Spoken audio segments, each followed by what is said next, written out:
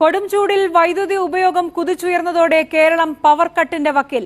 ഇന്നലെ വൈകിട്ടത്തെ ഉപയോഗം 6033 മെഗാവാട്ടാണ്. 260 മെഗാവാട്ട് കൂടി വർദ്ധിച്ച ലോഡ് ഷെഡിംഗ് ഉണ്ടാകും.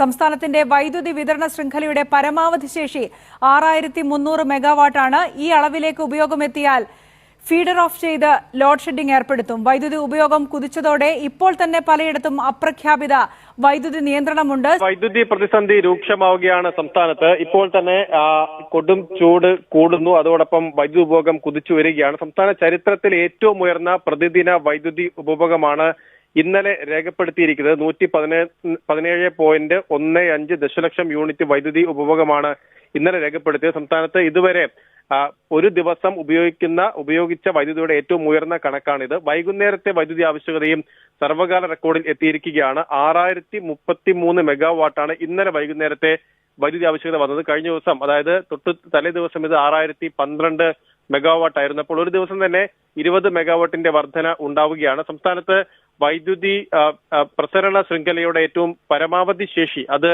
6300 മെഗാവാട്ടാണ്. ഇപ്പോൾ 267 മെഗാവാട്ട് കൂടി ഈ വൈകുന്നേരത്തെ വൈദ്യുതി ആവശ്യകത ഉയർന്നു കഴിഞ്ഞാൽ സ്വാഭാവികമായും നിയന്ത്രണങ്ങളിലേക്ക് പോകേണ്ടി വരും എന്നാണ് KSEB വിലയിരുത്തുന്നത്.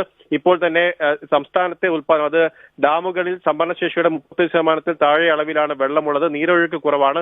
അപ്പോൾ വൈദ്യുതി ഉൽപ്പാദനം കൂടുതലായി നടക്കുന്നില്ല. ഇപ്പോൾ വൈദ്യുതി പുറത്തു നിന്ന് വാങ്ങുകയാണ്. 88 ദശലക്ഷം യൂണിറ്റ് വൈദ്യുതി KSEB ഇപ്പോൾ പുറത്തു നിന്ന് വാങ്ങുന്നുമുണ്ട്.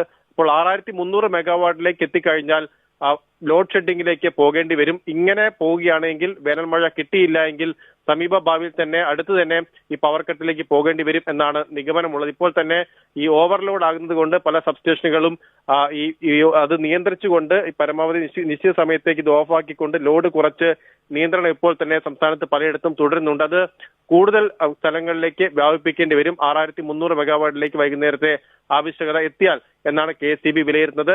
വൈദ്യുതി പ്രതിസന്ധി ഇങ്ങനെ പോയാൽ രൂക്ഷമാകും സംസ്ഥാനത്ത്.